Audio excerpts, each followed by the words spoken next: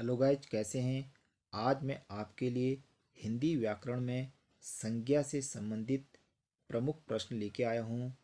आज हम इन प्रश्नों का अभ्यास करेंगे और आज के जो प्रश्न हैं वह समूह ग उत्तराखंड एलटी में हिंदी व्याकरण एवं अन्य प्रतियोगी परीक्षा से संबंधित महत्वपूर्ण प्रश्न हैं।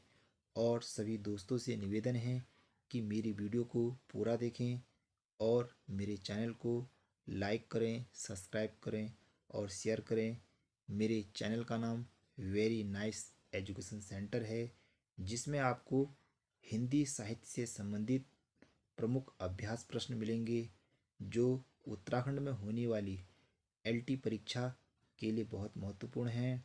और जिन्होंने हिंदी विषय से एलटी में फॉर्म अप्लाई किया है उनके लिए बहुत ही महत्वपूर्ण प्रश्न है ये। तो आज का जो मेरा टॉपिक है वह हिंदी व्याकरण में संज्ञा से संबंधित है। आज हम संज्ञा के बारे में इस टॉपिक में जानेंगे। तो स्क्रीन में जो पहला प्रश्न है वह है संज्ञा कितने प्रकार की होती है। सबसे पहले हम संज्ञा की परिभाषा जानते हैं। संज्ञा किसी वस्तु, स्थान, प्राणी, भाव, अवस्था, गुण, दशा के नाम को संज्ञा कहते हैं। फॉर एग्जाम्पल, जैसे किताब है किसी स्थान का नाम, जैसे स्थान का नाम मैंने ले लिया दिल्ली, और किसी प्राणी का नाम मैंने ले लिया राम। भाव भाव दया हो गई, और अवस्था बुढ़ापा हो गया। गुण मैंने ले लिया खट्टा या दशा अमीर या गरीब। इन चीज़ों को क्या कहते हैं, संज्ञा कहते हैं। अगर सरलतम भाषा में अगर जाना जाए तो इस ब्रह्मांड में जो भी वस्तु हमें दिखाई देती है, जो हम महसूस करते हैं, वह सब क्या है, संज्ञा है। तो स्क्रीन में प्रश्न है संज्ञा कितने प्रकार की होती है। औ 4, बो 3, 100, 5, 2, 2। तो अगर प्रश्न के आधार पर देखा जाए तो इसका जो सही उत्तर है वह है 5। ऑप्शन नंबर 100 हमारा सही है। यदि अगर परीक्षा में अगर आ जाए अर्थ के आधार पर संज्ञा कितने प्रकार की होती है, या उत्पत्ति या बनावट के आधार पर संज्ञा कितने प्रकार की होती है, उसे उत्पत्ति भी कह सकते हैं, बनावट भी कह सकते हैं, वहाँ पर हम थोड़ा डाउट में रह जाते हैं। तो हमें इन बातों को ध्यान से सुनना है। अर्थ के आधार पर संज्ञा 5 प्रकार की है, जो यहाँ पर स्क्रीन में सही है। अगर इस प्रकार से प्रश्न आता है तो सीधे हमें 5 लिख देना है। अगर उत्पत्ति के आधार पर या बनावट के आधार पर आता है तो संज्ञा 3 प्रकार की होती है। इसे भी हमें ध्यान से सुनना है। अर्थ के आधार पर 5 प्रकार की। अब वो 5 प्रकार कौन कौन से हैं। पहला है जातिवाचक संज्ञा, दूसरा है व्यक्तिवाचक संज्ञा, तीसरा द्रव्यवाचक, चौथा समूहवाचक, और पांचवा भाववाचक। ये हमें ध्यान देना है अर्थ के आधार पर।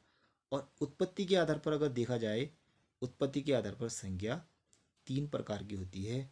वह होती है व्यक्तिवाचक से जातिवाचक संज्ञा बनाना, जातिवाचक से व्यक्तिवाचक संज्ञा बनाना, और भाववाचक संज्ञा बनाना। अब ये क्या है, थोड़ा इसके बारे में हम जान लेते हैं। अब व्यक्तिवाचक से जातिवाचक संज्ञा कैसे बनाई जाती है, अब इसके बारे में हम सुनेंगे। जब व्यक्तिवाचक संज्ञा किसी विशेष गुण को प्रकट करती है, व्यक्तिवाचक संज्ञा क्या करती है, किसी विशेष गुण को प्रकट करती है। अब विशेष गुण क्या है, अब इसे भी हम जानते हैं। जैसे मैंने कहा हमारे देश में अभी भी जय चंदों की कमी नहीं है, मैंने लिख दिया जय चंद। हमारे देश में अभी भी जय चंदों की कमी नहीं है। एक नहीं, हजारों की संख्या में जय चंद है, ऐसा मैंने कहा। अगर नाम के आधार पर देखा जाए तो जयचंद क्या है, व्यक्तिवाचक संज्ञा है। लेकिन जयचंद क्या था, एक देशद्रोही था। अगर जाति के आधार पर जाना जाए तो जयचंद एक देशद्रोही। अगर देशद्रोही को अगर हम जानते हैं तो देशद्रोही में जातिवाचक संज्ञा है। इस प्रकार हम संज्ञा व्यक्तिवाचक से जातिवाचक संज्ञा बना सकते हैं। दूसरा प्रकार है जातिवाचक से व्यक्तिवाचक संज्ञा। किस प्रकार बनती है इसके बारे में भी हम जानते हैं। अब इसके लिए क्या है, जब जातिवाचक संज्ञा किसी विशेष व्यक्ति के लिए प्रयोग में लाई जाती है, जब जातिवाचक संज्ञा किसी विशेष व्यक्ति के लिए प्रयोग में लाई जाती है, जैसे भारत के प्रथम प्रधानमंत्री पंडित जी थे। भारत के प्रथम प्रधानमंत्री पंडित जी थे। अब देखो इसमें क्या है, इस वाक्य में जो पंडित है विशेष शब्द है ना, विशेष व्यक्ति के लिए। विशेष व्यक्ति कौन है? पंडित जवाहरलाल नेहरू हैं।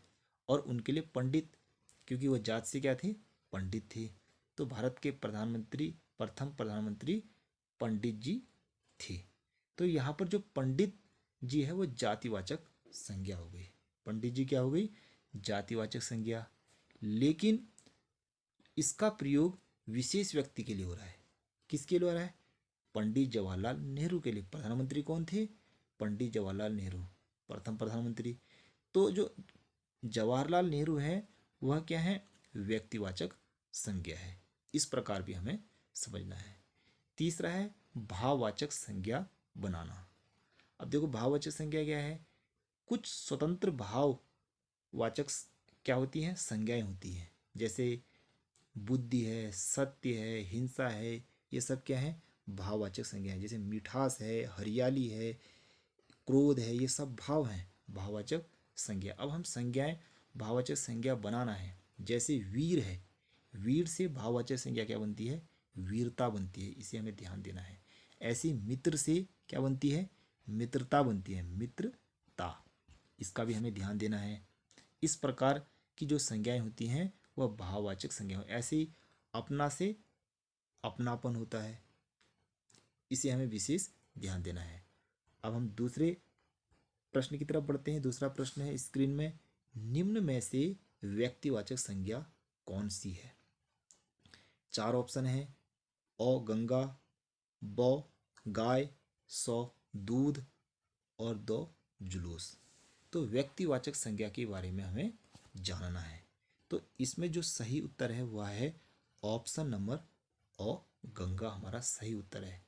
अब ऑप्शन नंबर अ गंगा कैसे सही है इसके बारे में हम जानते हैं। गंगा यानी किसी प्राणी का नाम। गंगा बालक का नाम भी हो सकता है, किसी महिला का नाम भी हो सकता है, क्योंकि गंगा जो नाम है वो दोनों के लिए प्रयोग में आता है। तो अगर यहाँ पर गंगा की जगह पर यहाँ पर बालक होता तो तब हम यहाँ पर व्यक्तिवाचक संज्ञा इसे नहीं कहते, इसे हम जातिवाचक कहते। अगर यह लड़की या कोई महिला होती फिर भी हम इसे जातिवाचक, क्योंकि नाम से ही हमें पता चल रहा है कि यह क्या है? प्राणी है, ये प्राणी, इसलिए यहाँ पर क्या है? व्यक्तिवाचक संज्ञा। अगर हम बालक का नाम यदि राम है, या बालक का नाम मोहन है, या लड़की का नाम सीता है या गीता है, अगर नाम यदि आ जाता है वहाँ पर व्यक्तिवाचक संज्ञा होती है। अगर नाम नहीं आता है, केवल प्राणी रहता है, तो वहाँ पर जातिवाचक संज्ञा होती है। ये हमें विशेष ध्यान देना है। अब दूसरा यहाँ पर ब जो दिया है गाय। अब गाय के बारे में जानते हैं। गाय एक जानवर का नाम है, तो यहाँ पर क्या है? ये जातिवाचक संज्ञा है, इसे हमें ध्यान देना है। अगर गाय की जगह पर यहाँ पर होता कामधेनु लिखा हुआ था, क्योंकि कामधेनु गाय का नाम है, तो फिर उस कामधेनु को हम फिर व्यक्तिवाचक संज्ञा नहीं कहते, उसे हम क्या कहते, माफ कीजिए, उसे व्यक्तिवाचक संज्ञा कहते, लेकिन उसे हम जातिवाचक नहीं कहते। लेकिन यहाँ पर गाय क्या है? जातिवाचक संज्ञा है। इसी प्रकार दूध, दूध द्रव्यवाचक संज्ञा है। और द है जुलूस, जुलूस क्या है? समूहवाचक संज्ञा है। समूहवाचक इसलिए है क्योंकि जुलूस कोई एक आदमी नहीं निकाल सकता है। एक से ज़्यादा 2, 4, 5, 6, 10, 12 इकट्ठे आदमी जब होंगे तब वह जुलूस निकाल सकते हैं। तो इस प्रश्न का जो सही उत्तर है वह क्या है? गंगा है। अगला प्रश्न है प्रश्न नंबर 3, निम्नलिखित में से जातिवाचक संज्ञा कौन सी है? दिल्ली, लोहाघाट, किताब, इनमें से कोई नहीं। यहाँ पर 4 ऑप्शन दिए हैं। इन चारों ऑप्शनों में जो हमारा सही उत्तर है वह है किताब।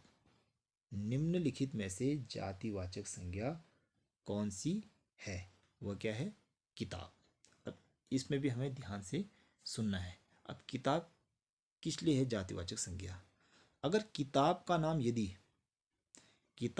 यदि क्या होता, महाभारत या रामायण होता, तो महाभारत या रामायण या कोई भी पुस्तक, कुरान, जो भी पुस्तक नाम दे दें हम, अगर वो होता तो हम उसे जातिवाचक नहीं कहते।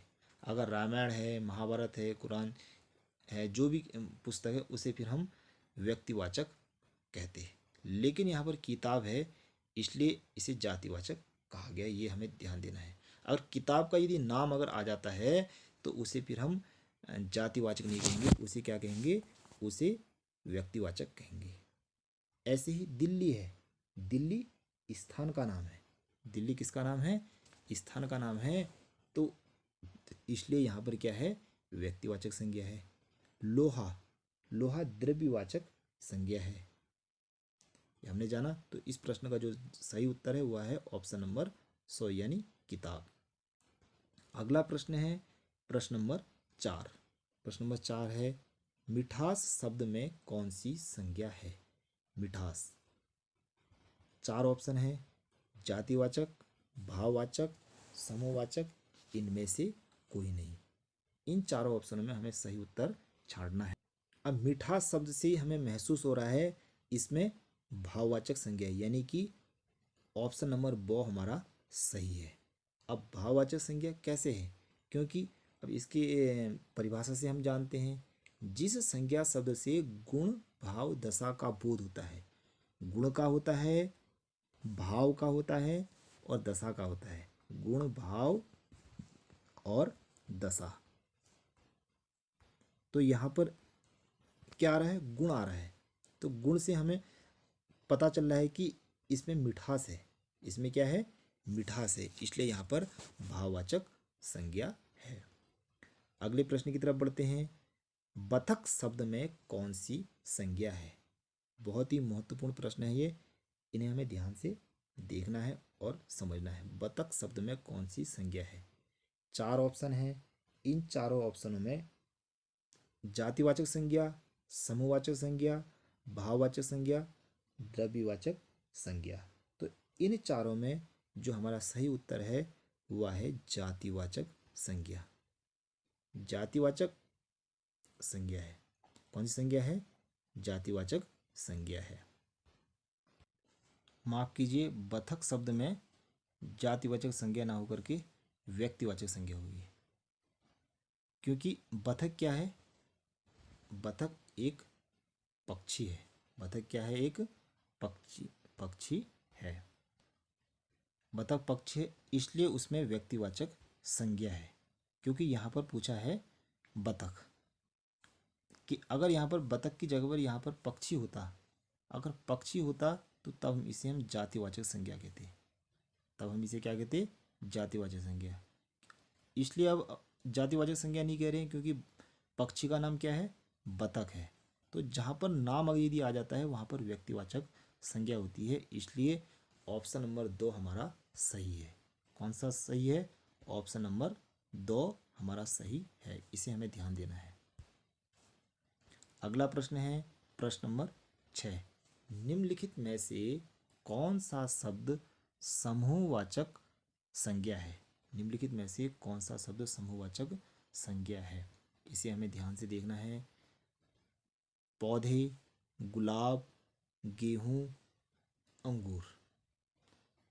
4 ऑप्शन है। इन चारों ऑप्शनों में जो हमारा सही उत्तर है वह है अंगूर। क्योंकि अंगूर में क्या होते हैं? कई सारे अंगूर का गुच्छा होता है, कई सारे फल होते हैं। तो इसलिए अंगूर में समूहवाचक संज्ञा है, क्योंकि समूह और समुदाय का हमें बोध कराता है। अगला प्रश्न है प्रश्न नंबर 7। भाववाचक, जातिवाचक, व्यक्तिवाचक संज्ञाओं का सही क्रम क्या होगा? इसमें 3 चीजें पूछी हैं।